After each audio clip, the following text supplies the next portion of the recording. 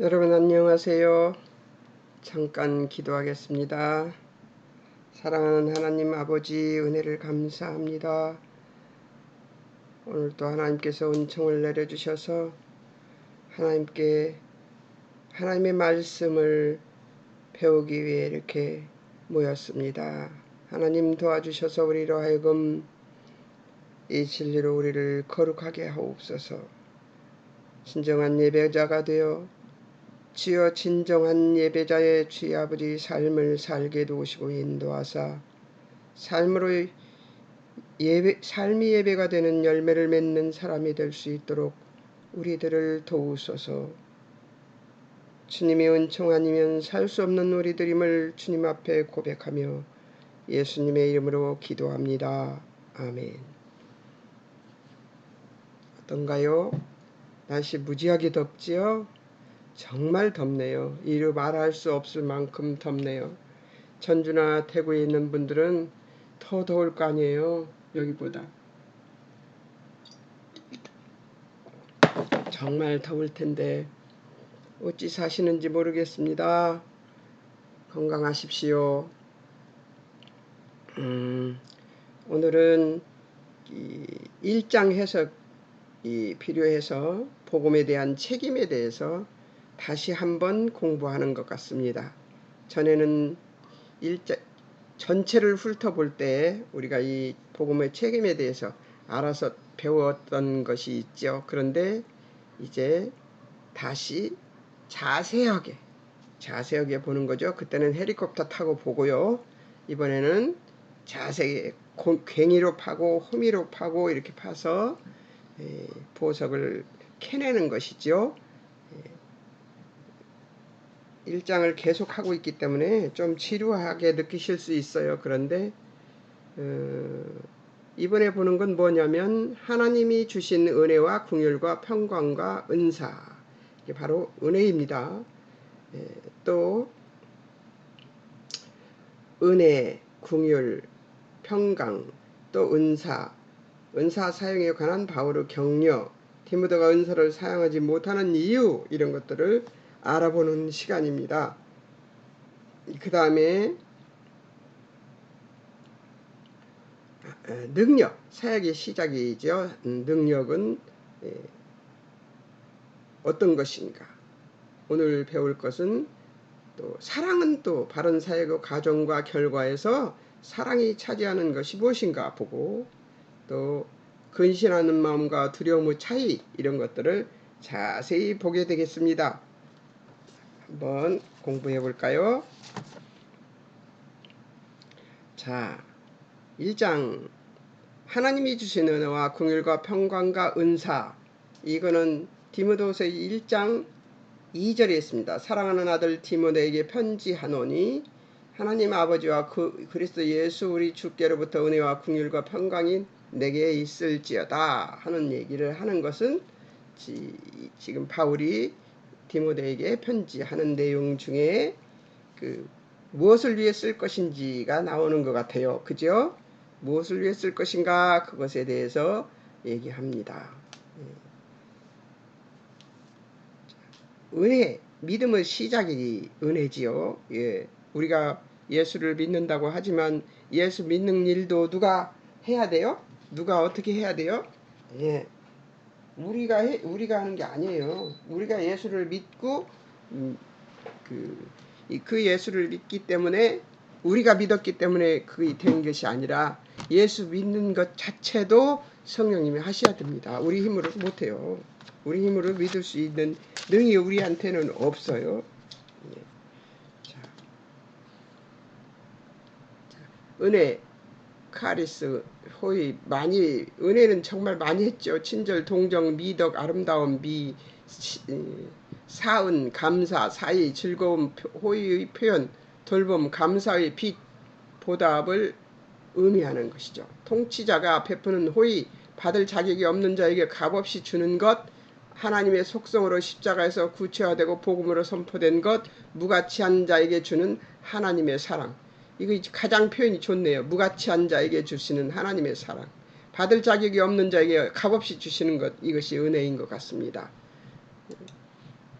제가 그런 얘기를 했었어요. 그 전에 처음에 그 강의를 할 때 어떤 자매한테 내가 좀 들어봐라 하고 얘기를 했더니, 왜 목사님은, 응? 목사님이 그렇게 형편없는 사람도 아닌데 뭐 나는 자격이 없네 막 이런 얘기를 하시면서 그 자기를 낮추면서 강의를 하냐고 묻더라고요.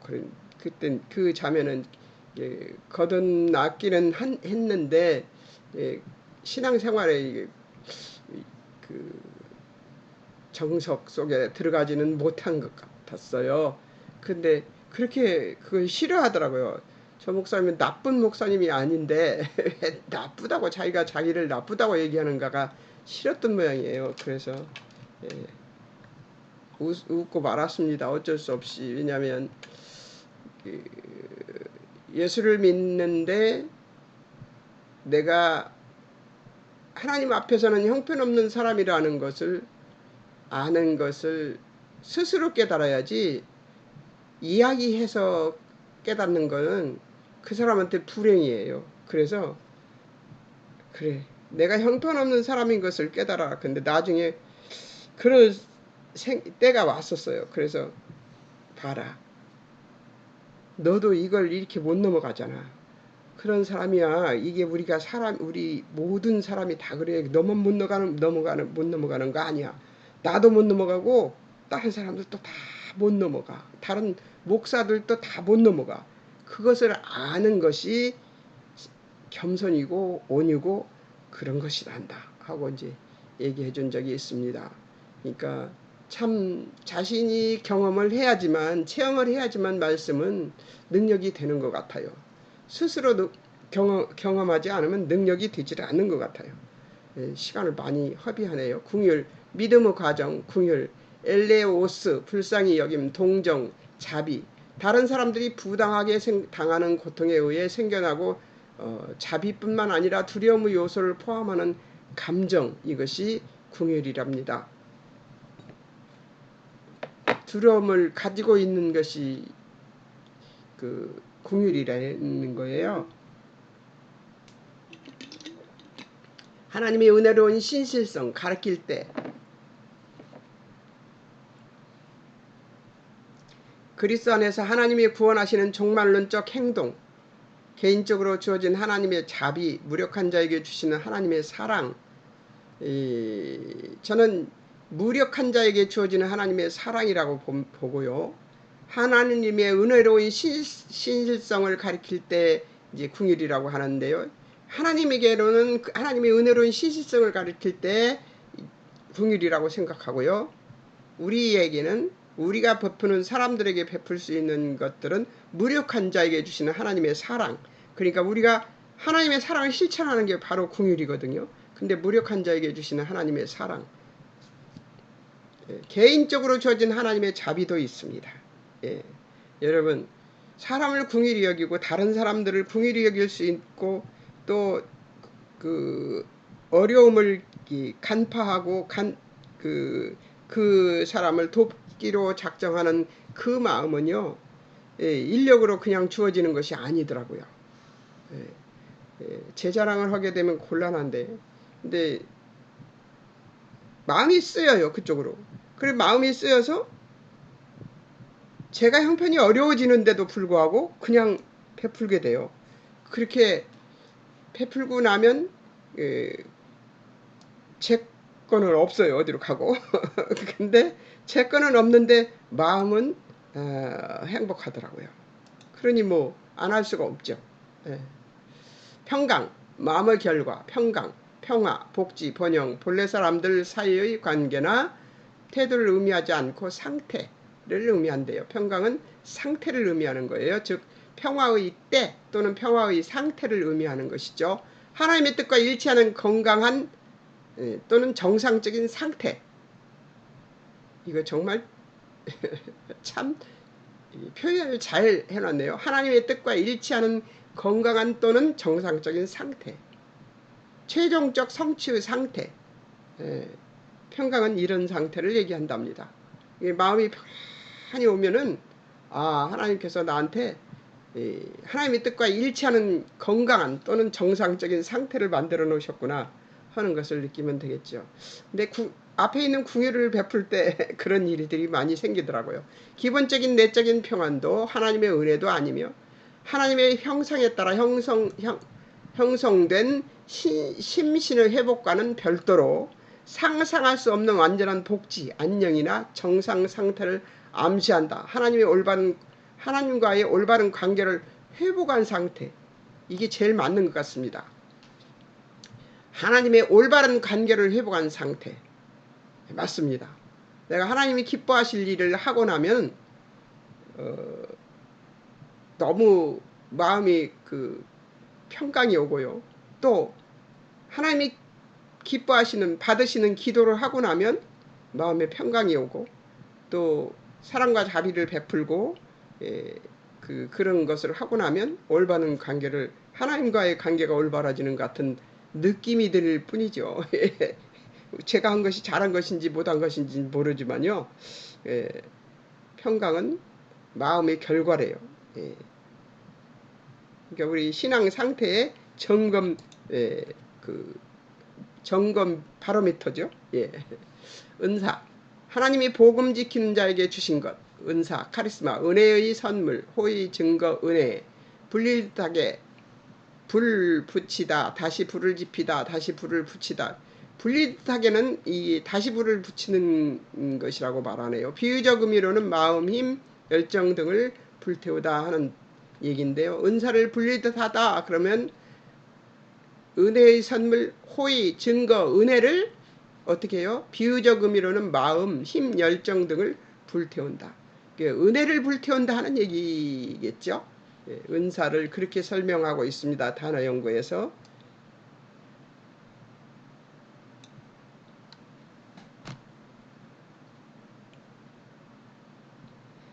에어컨을 틀어놓고 선풍기를 틀어놨는데도 뒤에는 선풍기 앞에는 에어컨인데도 별로 시원한 느낌을 못 봐. 시원하고 에어컨 틀어놓으면 저 못 견디거든요. 근데 날씨가 장난이 아닙니다.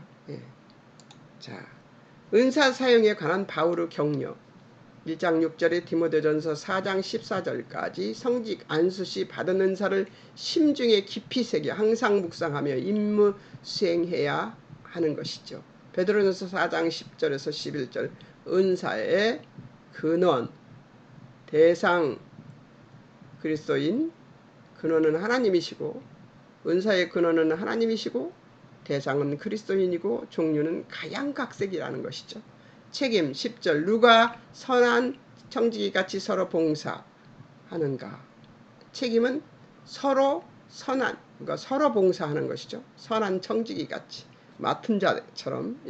11절 말 하나님 말씀을 하는 것 같이 하고 11절 봉사 하나님의 공급하시는 힘으로 하는 것 같이 하고 목적 11절 하나님의 영광 받으시게 하는 것이죠. 근데 요즘 제가 조금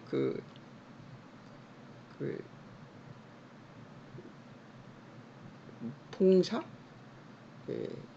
이런 걸 해봅니다. 해보는데 나이가 있어서 그런지 몰라도 아니면 믿음이 없어서 그런지 몰라도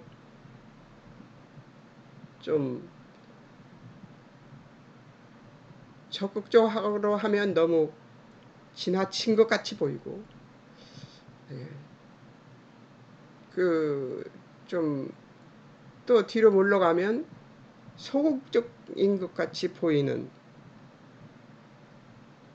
그런 생각이 자꾸 드는 거예요. 내가 지금 사람 보면 안 되는데 왜 사람을 보고 있지? 사람의 눈치를 보고 있는 저를 발견했어요.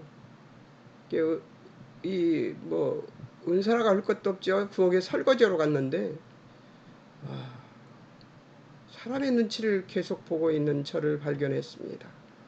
그리고 내가 그랬어요. 하나님, 제가 하나님께 하는 것 같이 하지 않는 어리석음이 있습니다. 하나님, 사람 눈치 보지 않게 해주십시오 하고 기도했습니다.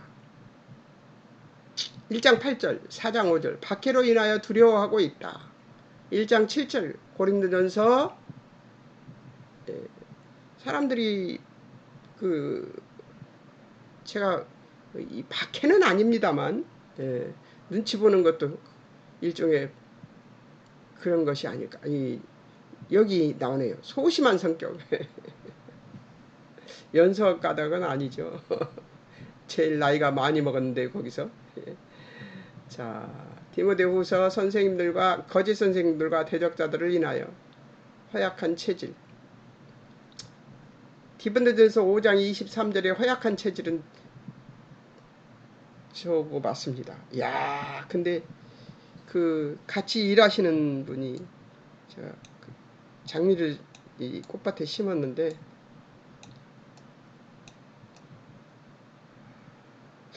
제가 보기에는 굉장히 갤갤갤 하시는 분인데 일할 때 보면은 장군 같아요. 장군같이 일하는 분을 봤습니다. 저는 아주 거기에 비하면 이런 표현 그렇지만 세 발의 피? 대단한 분을 봤습니다. 하나님의 은혜지요. 그분은. 능력. 사역의 시작이죠. 능력은. 근데 능력은 어떤 근원은 어디에 있고 방법은 무엇이며 이런 것들을 능력만 연구를 해보겠습니다. 능력, 디나미스, 힘, 세력, 능력, 역량, 가능성, 할 수 있음, 신체적 지적, 영적 힘이라는 것이죠. 능력을 의미한다. 성취할 만한 능력이나 체력을 의미하며 하나님으로부터 오는 초월적인 힘 또는 초인적인 능력. 아마 그분이 그런 것 같아요. 같이 밭을 풀을 뽑는 밭을 베는데 신이 주는 힘이 아니면 그렇게 못해요. 그분도 70이 넘은 사람인데 놀라웠습니다. 제가 놀라웠습니다. 1장 7절 에베소 1장 19절 하나님이 우리에게 주신 것. 베드로후서 1장 3절 하나님과 그리스도를 알므로 얻는 신기한 그리스도의 능력. 에베소 1장 19절 23절 하나님이 그리스도 안에서 부활로 승천으로 하늘 보좌에 좌정하심으로 나타낸 것이 바로 능력이라는 것이죠. 하나님이 우리에게 주신 것. 하나님과 그리스도를 알므로 얻는 신기한 그리스도의 능력. 하나님이 그리스도 안에서 부활로 승천으로 하늘 보좌에 좌정하심으로 나타낸 것. 이것이 능력이라는 것이죠. 우리에게 있는 것이 아니에요. 전부 하나님께 있는 거죠. 예. 능력은 우리에게는 없습니다. 그런데 하나님이 우리에게 심으시면 우리가 그 능력으로 일할 수 있습니다.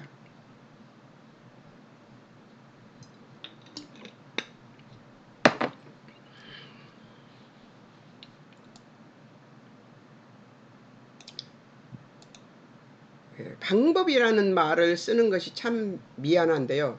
능력받는 방법은 하나님 뜻 안에서 무슨 일을 이루시려면 방법은 없습니다. 하나님이 협조하셔야지만 우리가 협조라는 단어보다는 하나님이 하셔야지만 따라갈 수 있는 것이 바로 능력인데요. 협조는 아니죠. 그죠? 하나님이 우리가 주적으로 주인이 되어서 일하는 것에 돕는 것이 협조라는 것인데 하나님이 우리가 협조해야죠. 하나님의 능력에. 6절 은사를 불리듯 하게 한다. 은사를 불리듯 하게 한다. 아까 불리듯 하게를 단어를 봤을 때 어떤 거였어요? 불리듯 하게 불을 붙이다, 다시 불을 지피다, 다시 불을 붙이다. 비유적 의미로는 마음, 힘, 열정 등을 불태우다. 그러니까 마음속에서 우러나고 그 능력이 있는 대로 아마 그것 때문에 그 양반의 그 모습을 제가 본 것 같아요. 그거 아닐까요? 그런 힘. 놀라웠습니다. 일하는데 정말 빨라요, 손이. 그런 빠른 손을 정말 어렸을 때 우리 어머니 손을 보고 우리 어머니가 하시는 걸 보고 요 근래 처음 봤습니다. 은사를 불릴 듯하게 한다. 성령이 임하시면 권능을 받아서 하는 것이 바로 능력이라는 것이죠. 하나님의 은혜의 선물을 따라 능력은 행해지는 것이죠. 그러니까 우리의 힘으로 우리의 능으로 하는 것은 아무것도 없습니다. 예. 자랑할 것도 뭐 뽐낼 것도 없죠. 능력의 수혜자는 에베소 1장 19절 믿는 우리, 사도행전 1장 8절 너희에게 성도에게 있다는 것이죠. 능력의 수혜자는 바로 우리입니다. 하나님께서 주실 수 있는 것은, 능력은 주시는 것은 받는 자들은 우리 성도라는 것이죠. 예. 능력받은 결과 사도행전 1장 8절 그리스도의 증인이 됩니다. 에베소 3장 7절 일꾼이 됩니다. 에베소 3장 20절 우리 안에서 역사하십니다. 구하고 생각하는 것에 더 넘치도록 능히 하실 그 하나님의 그 역사가 있다는 것이죠. 베드로후서 1장 3절 생명과 경건에 속한 모든 것을 주십니다.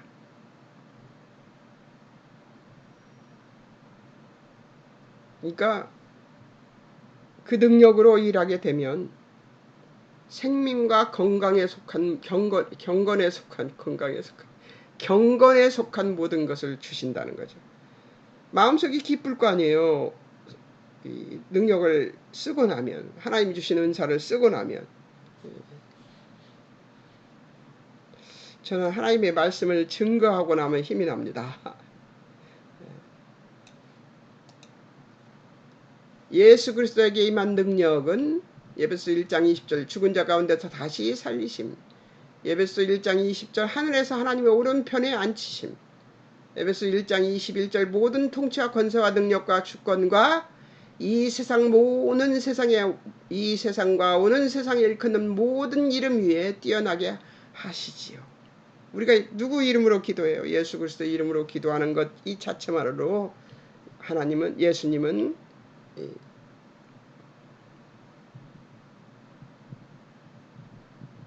우리의 능력의 근원이십니다.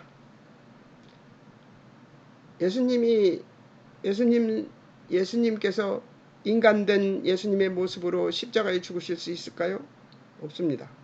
예수님이 인간된 예수님의 모습으로 부활할 수 있을까요? 없습니다. 그분이 하나님이시기에 그 일을 하실 수 있었던 것이죠.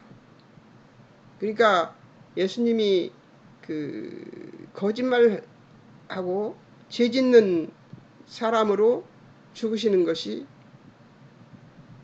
힘드셨겠지만 더 예수님이 힘드셔서 기도한 땀방울이 핏방울이 되도록 기도한 이유는 하나님과의 관계가 끊어질 거잖아요. 유대 관계가 끊어져 버릴 것이니까 인간의 죄를 뒤집어쓰고 십자가에 죽으시는 그 순간에는 하나님께서 침묵하셨어요. 하나님도 마음이 아프셨을 겁니다. 그런데 침묵하셨어요.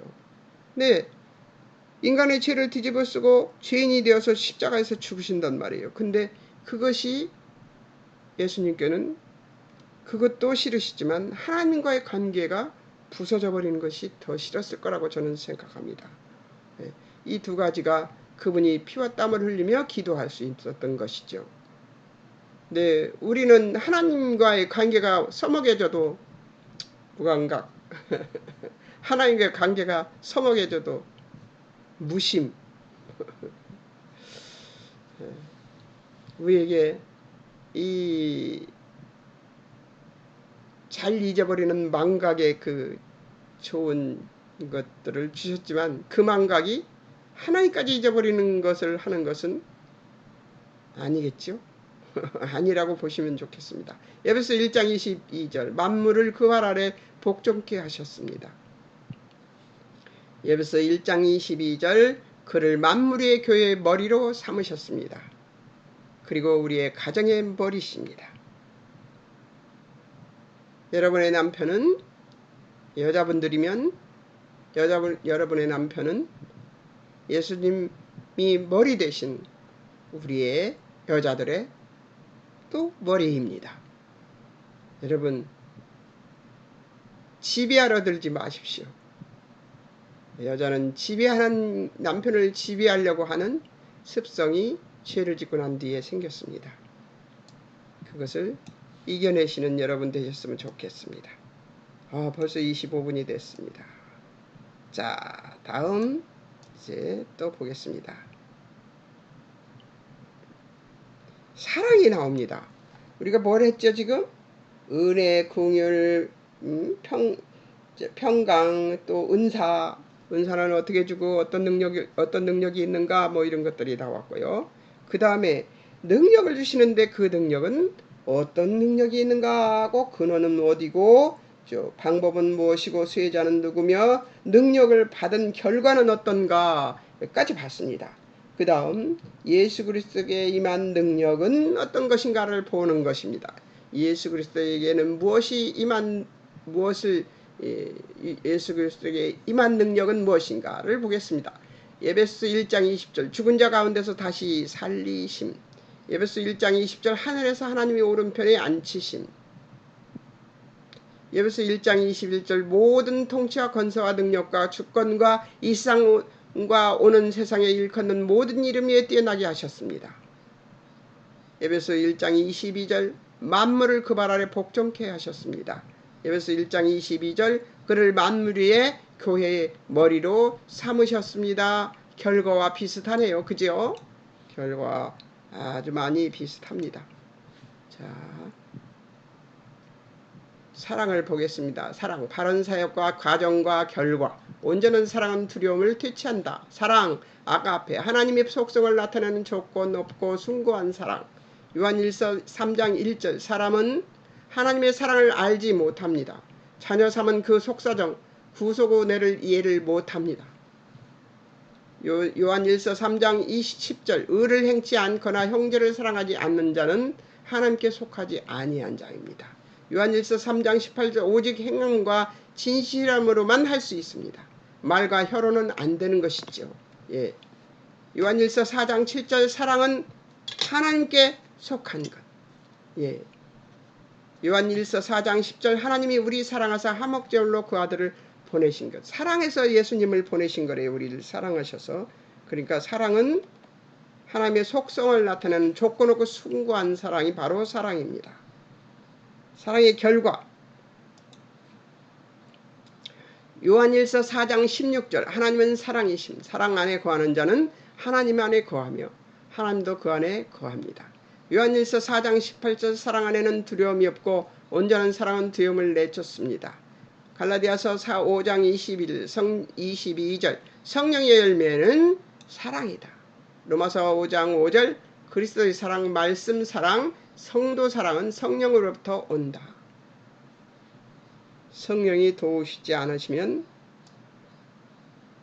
어림도 없죠. 사랑이 우리가 사랑할 수 있는 대상 저기가 아니에요. 예, 근원이 될 수 사랑의 근원이 될 수 없습니다. 우리는. 예.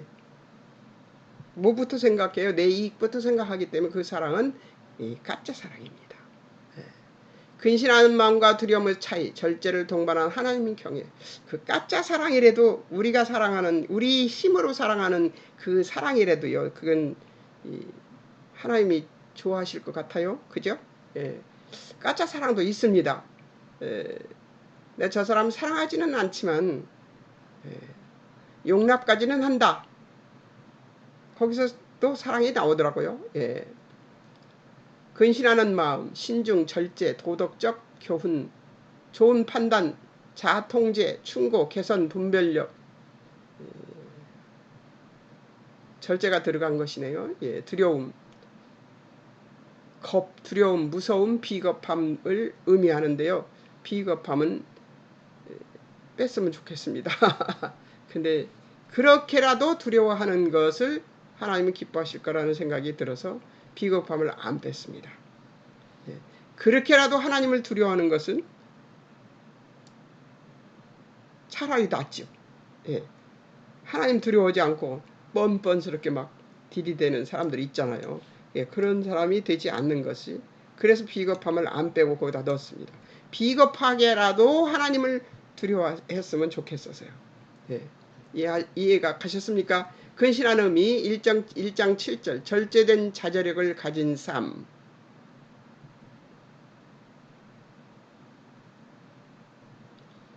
이거는요. 정말 어렵습니다. 이게 절제, 자제력 이런 것들이 우리의 상태로는 참 어렵습니다만 가끔 한 번씩 되는 것 같아요. 자주는 안 됩니다. 왜? 자기 흥분이나 망설임에서의 자유한 상태. 저는 자기 흥분에서 자유한 상태가 되는 것이 굉장히 어렵더라고요. 절제가 잘 안 되는 디모데후서 2장 6절 젊은 혈기를 잠재우고 신중하도록 권면받은 젊은 남자들. 베드로전서 4장 7절 만물의 마지막 때 성도 정신 차리고 근신하여 기도해야 하는 것이죠. 정신 차리고 근신하여 신중하도록 자유한 상태 절대된 자제력을 근신함의 의미는 바로 이런 것인데요. 이 근신함을 제가 잘 못할 것 같네요. 신중한 것이 정신 차리고 근신하여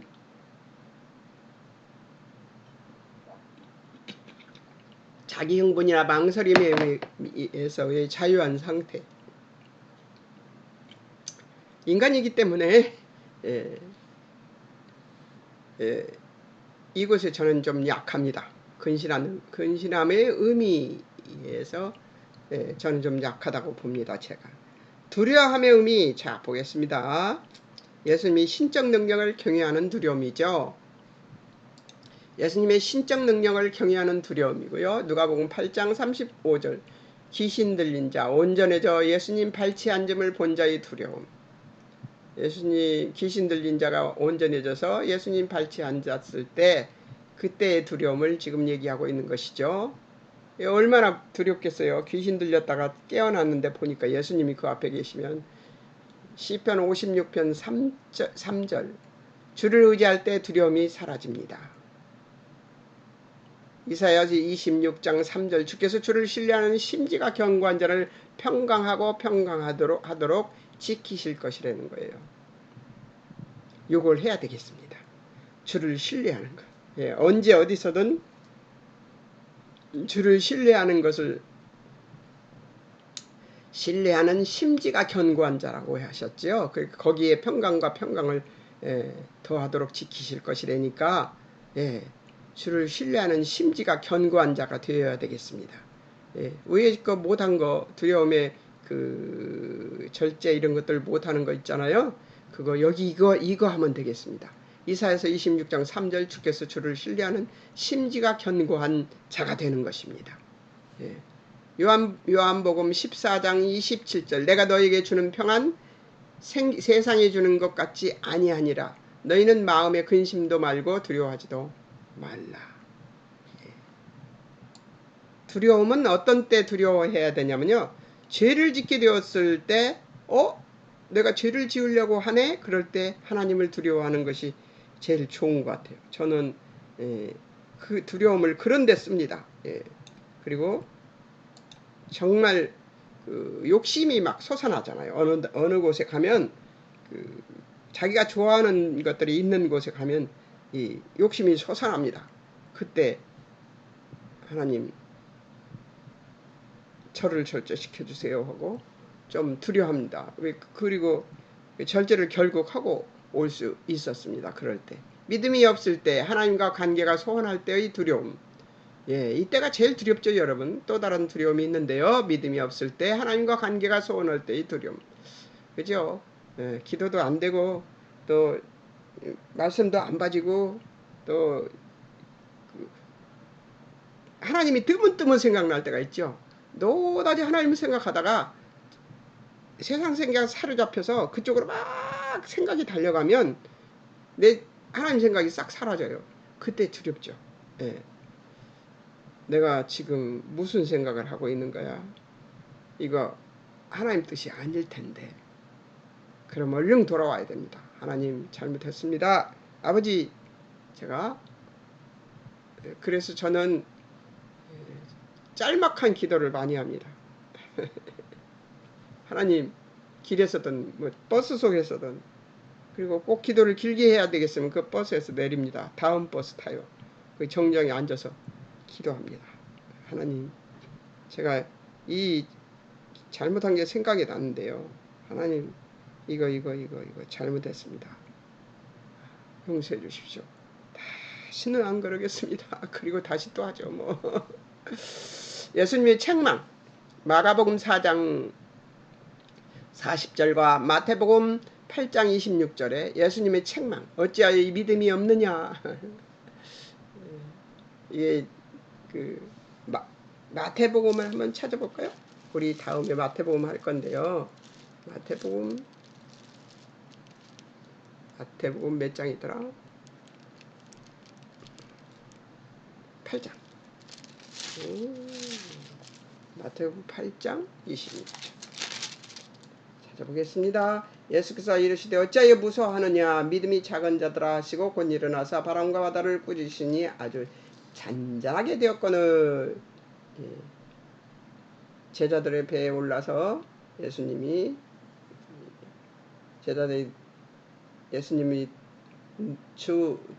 주무시고 있는데 뱀물결이 덮이게 되었으니까 어찌하여 무서워하냐 그때 이렇게 말씀하신 말씀이시죠.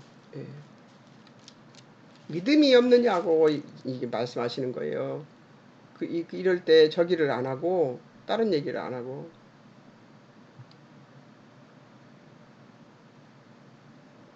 믿음이 작은 자들아 그러잖아요. 믿음이 작은 자들. 계시록 21장 8절 여기서 비겁한 자들은 믿지 아니하는 자들과 나란히 나타난 박해 아래 나란인가요? 나란이구나.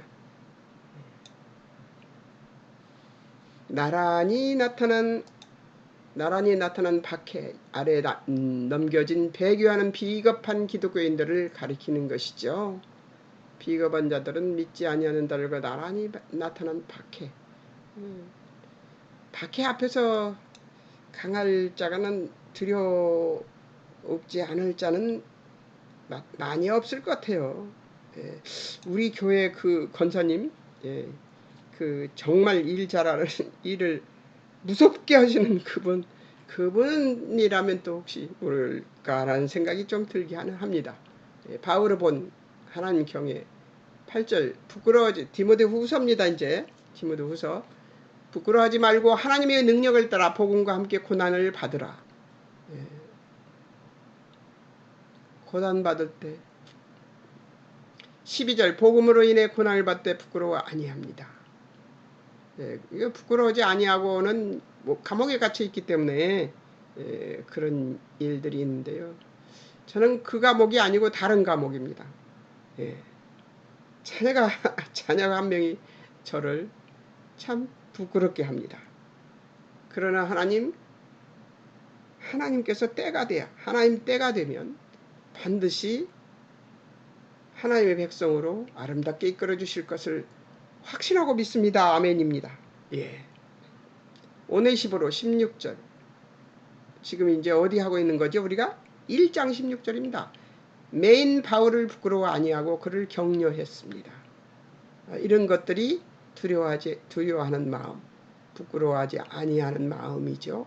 부끄러워하다 에피와 아이스키노에서 유래했으며 아이스키노의 중간태의 의미를 강화한 것인데 따라서 이 동사는 부끄러워하다를 의미하는 것이고 아니하다는 기본어여서 그러니까 부끄러워하다를 아니하다와 합쳐놓은 단어 그런 단어입니다. 부끄러워 아니함. 에파이스키노마이 두 가지 말을 합쳐놓으니까 길군요. 부끄러워하지 아니하다는 것은 부끄러워하는 것을 안 하다 그 얘기라고는 뜻입니다. 자, 메인 바울을 부끄러워 아니하고 메인 자신도 부끄러워하지 않은 바울과 오네시보로입니다. 자, 오늘은 아마 여기까지일 것입니다. 다음 주는 다음 목요일에는 이제 11절에 하나님으로부터 세우심을 입은 것이 어떤 것인가 한번 보겠습니다. 자, 이제 마칠 건데요. 오늘은 여러분들에게 의미가 있는 말씀을 많이 해드리지 못했습니다. 하나님의 뜻을 많이 증거해드리지 못했던 것 같아요. 승리하시고 힘내시고 여러분도 우리 교회 그 집사님처럼 하나님의 능력을 마음껏 발휘해서 옆에 있는 사람들을 부끄럽게 만드는 사람들이 되었으면 좋겠습니다. 승리하십시오. 잠깐 기도하겠습니다. 사랑하는 하나님 아버지, 은혜를 감사합니다. 하나님 주시는 은사를 불릴 듯하게 해서 많은 사람 앞에 귀감이 되어 하나님의 영광을 드러내는 사람들이 되기를 소망하는 것이 우리 그리스도인들의 소망입니다.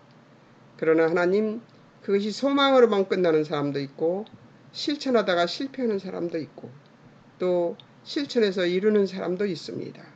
하나님, 그러나 이 모든 사람이 모두 다 부끄러워하지 아니하고 하나님을 두려워하고 하나님의 은혜 아래 평강을 누리는 사람들이 되었으면 좋겠습니다.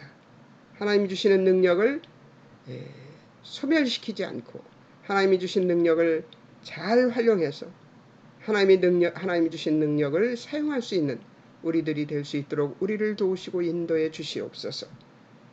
사람의 눈치 보지 아니하고 하나님의 눈치만 볼 수 있는 우리들이 될 수 있도록 주님 축복해 주실 아버지를 찬양하며 우리에게 주시는 은사를 우리가 불릴 듯하게 할 수 있는 믿음을 우리에게 허락하여 주실 아버지를 찬송하며 예수님의 이름으로 감사기도 드립니다. 하나님 감사합니다. 여러분 안녕히 계세요.